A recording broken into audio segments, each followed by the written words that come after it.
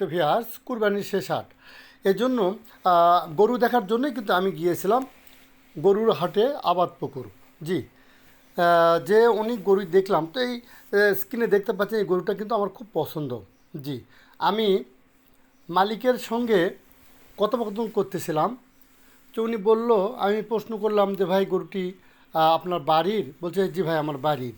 জি, খরচপাতি কেমন পড়ছে, বিক্রি করলে কেমন লাভ আসবে, এই কথোপকথন সে জানালো যে খুব বেশি লাভ থাকবে না, এবারে বাজারও হালকা, যার কারণেই আমরা সকলেই বুঝতে পারতেছি, দেখতে পাচ্ছি, জানতে পারতেছি যে সব বিগত কয়েক বছরের চেয়ে এবারে কিন্তু কুরবানি গরুর দাম অনেকটাই কম।